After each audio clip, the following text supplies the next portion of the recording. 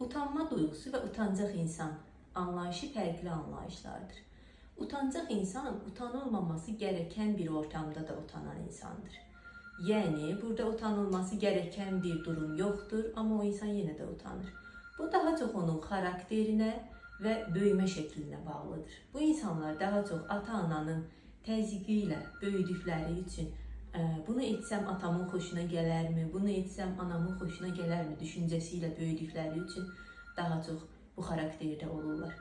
Və varlığımla digər insanları narahat edirəm düşüncəsində olurlar. Amma utanma duyğusu çox təbii və normal bir duyğudur.